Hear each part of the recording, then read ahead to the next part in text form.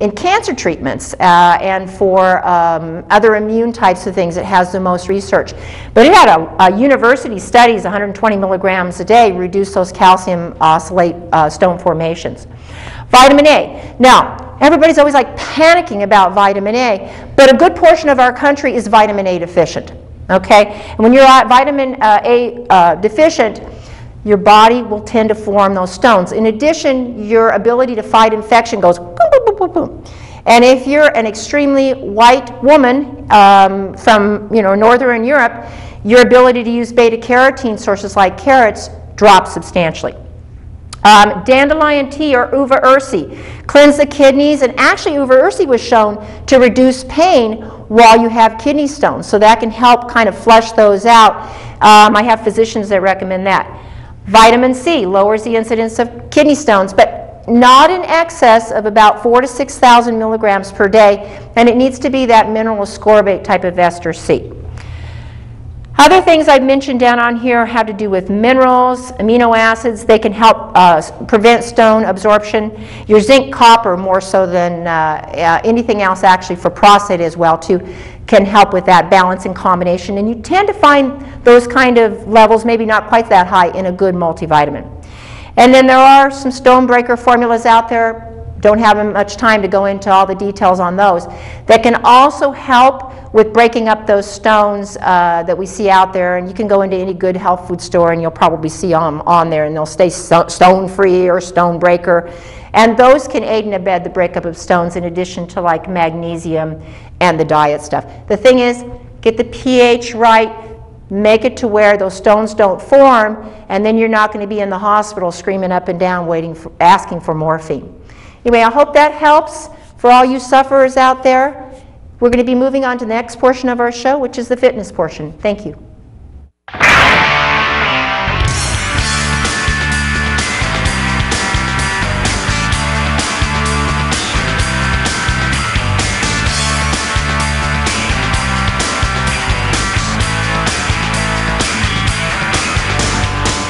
Hi, welcome to the fitness portion of our show. And I've been getting the swimsuit wearers, old and young, asking me for exercise of what they can do to help tone some of their, what we call quadricep muscles, okay? And to give them a little bit of separation in between. Now you're looking at very untanned legs. Sorry about that, but at least I can show you the exercise, and I think it could be very helpful if you want to tone up.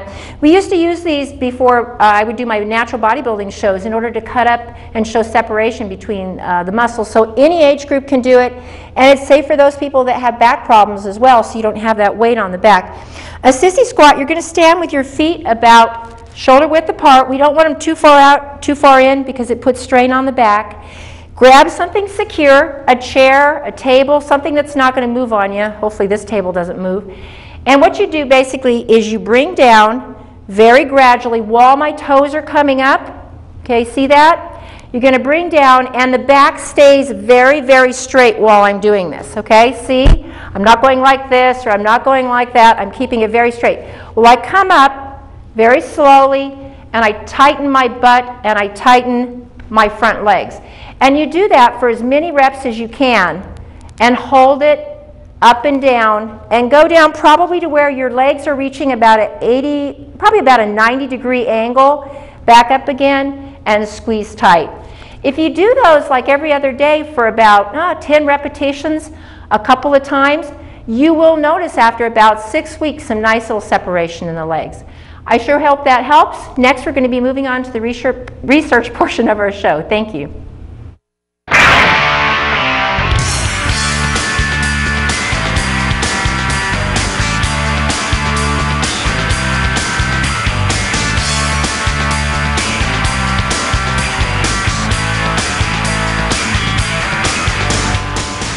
To the research portion of our show, and with us today with the latest news is Ralph Turchiano. Ralph? Well, thank you for that intro. Well, it wasn't that long ago, on June 11th, 2009, that there was an interesting quote by Dr. Margaret Chan of the World Health Organization, otherwise known as the WHO. The director of the General World Health Organization announced to the world's media, quote unquote, "I have conferred with leading influenza experts, virologists, public health officials in line with procedures set out in the international health regulations. I have sought guidance and advice from an emergency committee established for this purpose. On the basis of available evidence and these expert assessments of the evidence, the scientific criteria for an influenza pandemic have been met. The world is now at the start of the 2009 influenza pandemic. Well, this one goes on to snake oil salesmen and quacks. And what was that saying? Fool me once, shame on you. Fool me twice, shame on me. Well, the swine flu conspiracy had struck again. This one, the credit goes to the British Medical Journal, especially reporters Deborah Cohen and Philip Carter of the BMJ. If you get a chance to check it out, please do. But this is what they say. These conflicts of interest have never been publicly disclosed by the World Health Organization, and the World Health Organization has dismissed inquiries into the handling of the H1N1 pandemic as conspiracy theories. What conspiracy theories? What conflicts of interest? Who in the world would take a gamble with the life of your child or loved ones around you by injecting you with a vaccine that has not been proven for a disease that is not there in its essence? What they said, quote, 1 year on, after governments took the advice from the WHO, are unwinding their vaccine contracts at billions of dollars worth of stockpiled drugs such as Tamiflu and influenza, bought from their health budgets and the tight constraints, lies and used in warehouses around the world. Well, the BMJ would also tell you that Influenza and Tamiflu were never approved by FDA advisory committees for the use of this viral strain. Yet the FDA overrode their advisory committees and approved it anyways. By the way, a lot of Tamiflu and Influenza have side effects such as total organ shutdown, which happened to be one of the things that killed people during the swine flu, but again, blamed on the swine flu. A joint investigation of the BMJ and the Bureau of Investigative Journalism has uncovered evidence that raises troubling questions in how the WHO managed conflicts of interest among the scientists who advised its pandemic planning, and about the transparency of the science underlying its advice to governments. Was it appropriate for the WHO to take advice from experts who had declarable financial and research ties with pharmaceutical companies producing antivirals, Tamiflu, Influenza, and influenza vaccines, swine flu? Why was key World Health Organization guidance authored or written by an influenza expert who had received payment for work from Roche manufacturers and GlaxoSmithKline, again, Influenza and Tamiflu? And why does the composition of the emergency committee for which Dr. Margaret Chan, the head of the World Health Organization, sought guidance remain a secret, only known to those in the WHO? We are left wondering whether major public health organizations are able to effectively manage the conflicts of interest inherent in the medical science. Well, Margaret Cho basically responded by saying, hey, you guys are accusing us, and she said this to the CDC. Remember, another major pusher of the H1N1 vaccine, a vaccine, again, unproven for the swine flu at this time. Says, they're saying that basically they are claiming, I should say, that we declared a fake pandemic on the advice of experts with ties to pharmaceutical industries and something personal to gain from the industry profits. Of course, that was Dr. Margaret Chan mocking the investigation from the British Medical Journal, which amazingly, to take into light, was this. What consisted a pandemic? Well, silently, 1 month prior to there being a pandemic declared, the World Health Organization in May of 2009 dropped from its requirements for a pandemic being declared, saying, quote unquote, enormous numbers of deaths and illnesses, basically leaving it up to fairly corrupt individuals with conflicts of interest to declare a pandemic anytime, any way they want, and any way they see fit.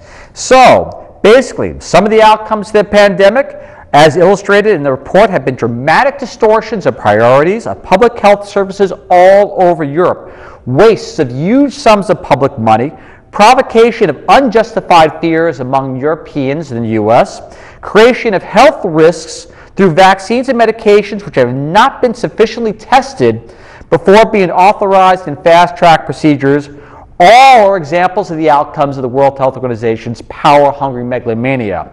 These results need to be critically examined by public health officials and authorities at all levels, especially a lot of those politicians which seem to fall for a hook, line, and sinker. And also, too, in regards to the media inside the United States, which allowed itself to be deceived and never investigated 1 second what they were being told by the CDC and the WHO. So, from the top down, from the presidency on down to your basic lowest level civil servants, they expect us to follow blindly. For 1 year later, after all the people had side effects from medications that may have died from reactions to drugs or vaccines, now they come out with this. My hats are off to the British Medical Journal. I'm not going to finish the report. It's a long report, but if you're interested in validating what I'm saying, go to the British Medical Journal. It's an open public forum. You can read the research and the articles there. All right, now something else that you can do on your own. In an article called Peaches, Plums, in which Peaches and Plums, what they found out they did is they induced, in their words, deliciously promising death of breast cancer cells.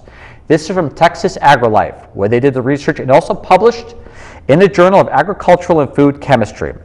What they said basically in regards to chemo, as far as being paralleled with certain what's called phenolic compounds and chlorogenic and neochlorogenic compounds from peaches and plums, was this. Well, chemo kills all cells.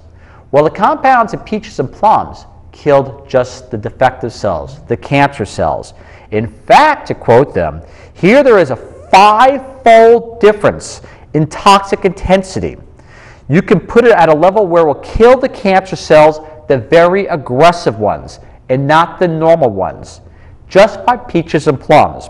They also said this is a very, very attractive from the point of view of being an alternative to typical chemotherapy, which kills normal cells along with the cancerous ones, the doctor said. The team said laboratory tests also confirmed that the compounds prevented cancer from growing in animals. Pretty cool. Peaches and plums, something to think about. All right, now to fat, or fighting fat. This came in the ACS Journal of Proteome Research. What they found out from capsaicin, especially something which is really taken from cayenne, laboratories have hinted that capsaicin may help fight obesity. What they discovered in animal models was this. The capsaicin-treated animals lost 8% of their body weight and showed change in levels of at least 20 key proteins found in fat. These altered proteins work to break down fats. So, if you're looking for a little bit of dieting and reducing that body fat down, look at your cayenne and capsaicin. It's pretty potent, and it's also been validated. Moving right along, kind of fast here. All right. When people go to cancer screening, remember we talked before about a lot of false positives. Well, if you're doing a blood sugar lowering medication, especially if you're going in for a PET scan, they discovered that basically 60% of the people on blood sugar lowering medications will test positive for cancers they do not have.